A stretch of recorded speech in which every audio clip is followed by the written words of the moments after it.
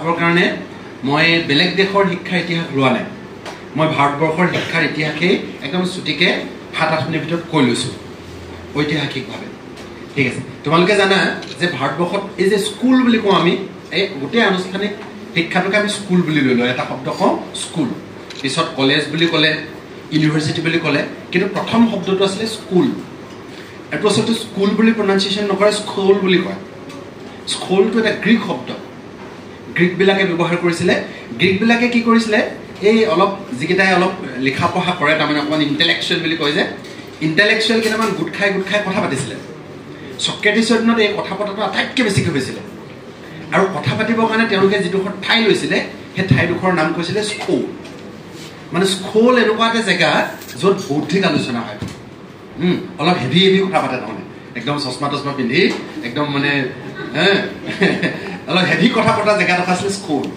ঠিক আছে ভাৰতবৰ্ষত স্কুল নাছিলে ভাৰতবৰ্ষত কি আছিলে গুৰুকুল আছিলে ভাৰতবৰ্ষত টৌল আছিলে ভাৰতবৰ্ষত মাক্তাবছ আছিলে ভাৰতবৰ্ষত তেনেকুৱা ধৰণৰ অনুষ্ঠানবিলাক আছিলে মাদ্ৰাছা আছিলে বা বেলেগ বেলেগ অনুষ্ঠান আছিলে আমাৰ অসমত সত্ৰ আছিলে নামঘৰ আছিলে এইবিলাক হৈছে শিক্ষানুষ্ঠান এইবিলাক স্কুল নহয় কিন্তু এইবিলাকতো শিক্ষা দিয়ে স্কুলতো শিক্ষা দিয়ে স্কুল প্ৰথমতে কোনে পাতিলে ব্ৰিটিছবিলাকে পাতিলে ব্ৰিটিছবিলাকে স্কুল পাতিলে ভাৰতবৰ্ষত পাতিলে কেনেকৈ চাবা দেই এইটো 1700 চনৰ 90 দশকৰ কথা এজন চাৰ্লছ গ্ৰাণ্ট বুলি তোমালোকে শিক্ষা ইতিহাসত পঢ়িবলৈ পাবা সেইকাৰণে মই দীঘলীয়াকৈ নকওঁ চাৰ্লছ গ্ৰাণ্ট বুলি এজন মানুহ ব্ৰিটিছ চৰকাৰৰ তেওঁ পাৰ্লিয়ামেণ্টৰ সদস্যও আছিলে ব্ৰিটিছ গভৰ্ণমেণ্টৰ তেওঁ মানুহ আছিলে তেওঁ মানে ইষ্ট ইণ্ডিয়া কোম্পানী তেতিয়া আছিলে যে ইষ্ট ইণ্ডিয়া কোম্পানীৰ কাম চাবৰ কাৰণে আৰু ভাৰতবৰ্ষখনৰ বিষয়ে পৰ্যবেক্ষণ কৰিবৰ কাৰণে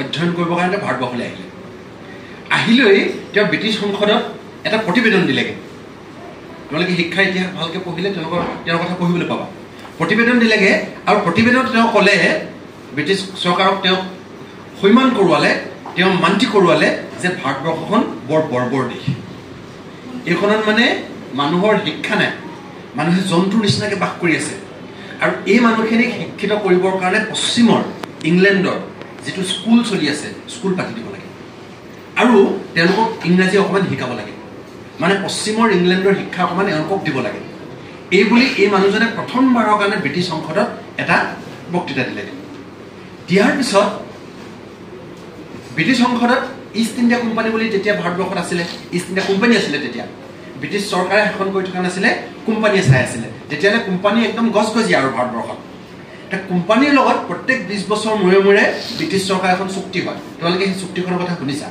সেইখন চাৰ্টাৰ বুলি কয় চাৰ্টাৰ হয় সেইখন 20 বছৰ মূৰে মূৰে তাৰ সংশোধন হয় ৰিনিউ হয় 1813 চনত সেই চাৰ্টাৰখন সংশোধনৰ দিন আছিলে 13 চনত বছৰ তেতিয়া ব্ৰিটিছ ইষ্ট ইণ্ডিয়া কোম্পানীক আমাৰ ব্ৰিটিছ গভৰ্ণমেণ্টে জবাবদিহি কৰিলে ক'লে যে তোমালোকেতো ঢেৰ পইচা ঘটিছা ব্যৱসায় ৰমৰমীয়া হৈ আছে কিন্তু মানুহবিলাকতো বৰ্বৰ হৈ আছে মানুহবিলাকতো অশিক্ষিত হৈ আছে জন্তুৰ নিচিনাকৈ আছে তোমালোকে তাত বোলে অকণো শিক্ষা দিয়া নাই অকণো পইচা পাতি মানুহক শিক্ষিত কৰিবৰ কাৰণে মানুহক ভাল কৰিবৰ কাৰণে খৰচ কৰা নাই সেইটো নহ'ব তোমালোকে খৰচ কৰিব লাগিব আজিকালি CSR বুলি কয় আৰু খৰচ কৰিব লাগিব বুলি ক'লে তাৰপিছত ব্ৰিটিছ ইষ্ট ইণ্ডিয়া কোম্পানীয়ে মানি ল'লে কথাটো আৰু 1813 চনৰ চনদত তেওঁলোকৰ চাৰ্টাৰত এটা ক্লজ এটা অধ্যায় ভৰালে য'ত লিখা হ'ল যে ব্ৰিটিছ ইষ্ট ইণ্ডিয়া কোম্পানীয়ে এতিয়াৰ পৰা তেওঁলোকৰ লাভৰ পৰা 1 লাখ টকা প্ৰত্যেক বছৰে ভাৰতৰ মানুহৰ শিক্ষাৰ কাৰণে আৰু উন্নতিৰ কাৰণে খৰচ কৰিব এইটো আছিলে ভাৰতত স্কুল পাতিবৰ কাৰণে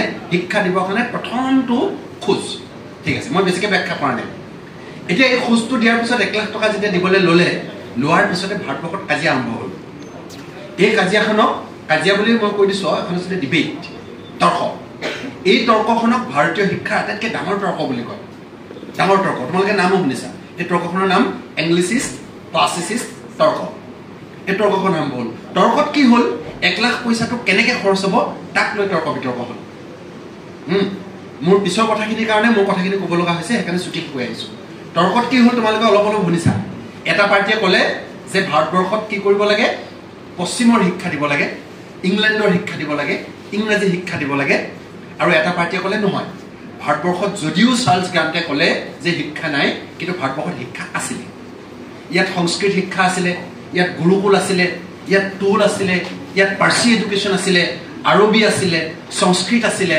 মক্তাবছ আছিলে, মাদ্ৰাছা আছিলে। এই শিক্ষাবিলাক ইয়াত ৰাখিব লাগে আৰু দিব লাগে। এই দুটা পাৰ্টি ওলালে। শুনি আছে চবেই? শুনি আছেনে? ঠিক আছে। দুটা পাৰ্টিৰ মাজত কাজিয়া হৈ থাকিলে, আৰু কাজিয়াখন মই বহুত বেছি দীঘলীয়াকৈ কৈ যোৱা নাই, তাৰ বহুত পইণ্ট আছিলে, দীঘলীয়াকৈ কৈ যোৱা নাই, কিন্তু অকল এই কথাটোকে কৈছোঁ। আৰু এই কাজিয়াখন প্ৰায় 20 বছৰ দিন চলিয়ে থাকিলে। 1833 চনত আকৌ যেতিয়া চনদখন ৰিনিউ হ'বলৈ হ'ল, যেতিয়া আকৌ ইষ্ট ইণ্ডিয়া কোম্পানী সুধিলে বোলে কি হ'ল, 1 লাখ টকা তোমালোকেতো দিবলৈ খৰচ কৰিবলৈ কোৱা হৈছিলে, তেতিয়া ক'লে নাই পইচা খৰচ নহ'ল নহয়, কাজিয়া হৈ থাকিলে, পইচা খৰচেই নহ'ল। তেতিয়া 1833 চনত আকৌ কোৱা হ'ল যে নহয়, কাজিয়াখন ভাঙিব লাগিব, তৰ্কখন শেষ কৰিব লাগিব, আৰু পইচাটো ভালকৈ খৰচ কৰিব লাগিব। খোৱাটো মাজত দি দিলে আকৌ দিগদাৰ হৈ যাব, খোৱাটো অকণ ৰাখি দিয়ে। সেইটো ক'লে যে এতিয়া কাজিয়াখন ভাঙিব লাগে। ভাঙিবৰ কাৰণে তেওঁলোকে এজন মানুহ, তেওঁৰ নেতৃত্বত এখন কমিটি বনাই দিলে। তেওঁৰ নাম আছিলে লৰ্ড মেকলে। মেকলে এখন কমিটি বনাই দিলে, মই ছুটিকৈ কৈ গৈছোঁ। আৰু মেকলে আহি কাজিয়াখন ভাঙিলে তেওঁ স্পষ্টকৈ ক'লে, তেওঁৰ যিখন মিনিট বুলি কয়, মিনিটখন তেওঁ পাব্লিছ কৰিলে, মিনিটখন জমা দিলে। সেই সময়ৰ গভৰ্ণৰ জেনেৰেল আছিলে লৰ্ড উইলিয়াম বেণ্টিংক জমা দিলে। আৰু বেণ্টিংকে এখন আইন বনাই দিলে। সেইখন হৈছে বেণ্টিংছ আইন, প্ৰথমখন আইন ভাৰতীয় শিক্ষাৰ। এতিয়া তোমালোকে বহুত আইনৰ নাম শুনিবা, যেনে ৰাইট টু এডুকেশ্যন এক্ট, এইবিলাক আইনৰ নাম শুনিছা যে। প্ৰথমখন আইন আছিলে বেণ্টিংছ ল, বেণ্টিংকৰ আইন। বেণ্টিংকৰ আইনখনত কি আছিলে, যিখন মিনিট আছিলে মেকলে, সেই মিনিটখনকে তেওঁ একদম ইন টোটো, মানে একো সলনি নকৰাকৈ আইন বনাই দিলে।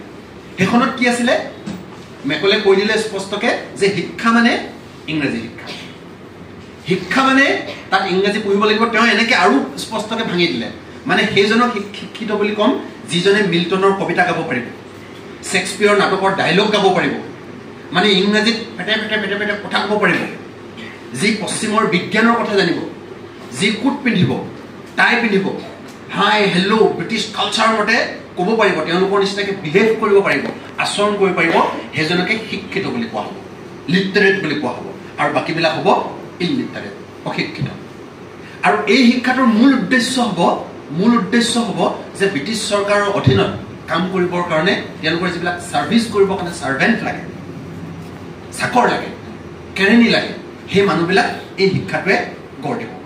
আৰু তেওঁলোকে শিক্ষাটোৱে গঢ় দিব, ব্ৰিটিছৰ লগত কাম কৰিব লাগিব। আনকি মেকলে একদম স্পষ্টকৈ ক'লে, by blood and flesh they will be Indian, মানে তেজ মঙহেৰে সিহঁতি ভাৰতীয় হ'ব, কিন্তু by attitude and mentality they will be British. মানসিকতাত, টেষ্টত, স্বভাৱত, ড্ৰেছ পোছাকত, মানসিকতাত সিহঁতি ব্ৰিটিছ হ'ব। মেকলে স্পষ্টকৈ ক'লে, এতিয়াৰ পৰা 1 নয়া পইচা সংস্কৃতৰ কাৰণে খৰচ কৰা নহ'ব, 1 নয়া পইচা দেশীয় শিক্ষানুষ্ঠানৰ কাৰণে খৰচ কৰা নহ'ব। যিটো পইচা খৰচ কৰা হ'ব সেইটো স্কুল বা পশ্চিমৰ শিক্ষাৰ কাৰণে খৰচ কৰা হ'ব, ইংৰাজী শিক্ষাৰ কাৰণে খৰচ কৰা হ'ব। এইবিলাক পাৰিলে বন্ধ কৰি দিয়া যাব।